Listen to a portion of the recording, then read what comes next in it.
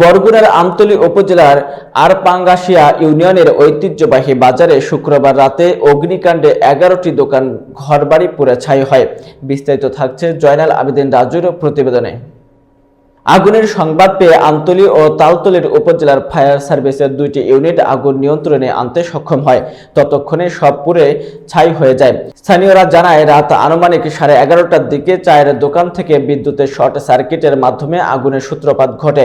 মুহূর্তের মধ্যে আগুনে লেলিহান পুরো বাজারে ছড়িয়ে পড়ে।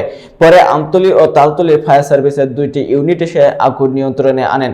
এই অগ্নিকাণ্ডে আর্থিক ক্ষতির প্রায় কোটি টাকার উপরে বলে জানিয়েছে স্থানীয়রা।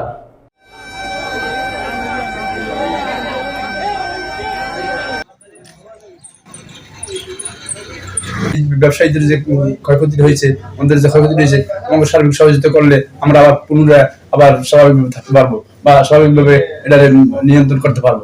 ৩০ বছর আমাদের ব্যবসা করি এবং আরপাঙ্গাশিয়া ইউনিয়নের ৬ নম্বর ওয়ার্ডের ইউপি সদস্য আমি। সমস্ত ঘরগুলোই আগুন, একটার লাগে একটা ঘর মিলেন না, তো সমস্ত ঘরগুলোই আগুন ছাড়া হয়ে গেছে। আমি প্রথম নামেই ফায়ার সার্ভিসকে ফোন দিচ্ছি, তারা বলছে আসতেছি। তারা আসতে আসতে আমাদের এই ১০-১২টা ঘর একেবারে গাড়ে গাড়ে মিলেন না, তো ক্ষয়ক্ষতি হয়ে গেছে। কিন্তু আমাদের হয়তো ৪৫ থেকে ৫০ লাখ টাকার ক্ষয়ক্ষতি হয়েছে।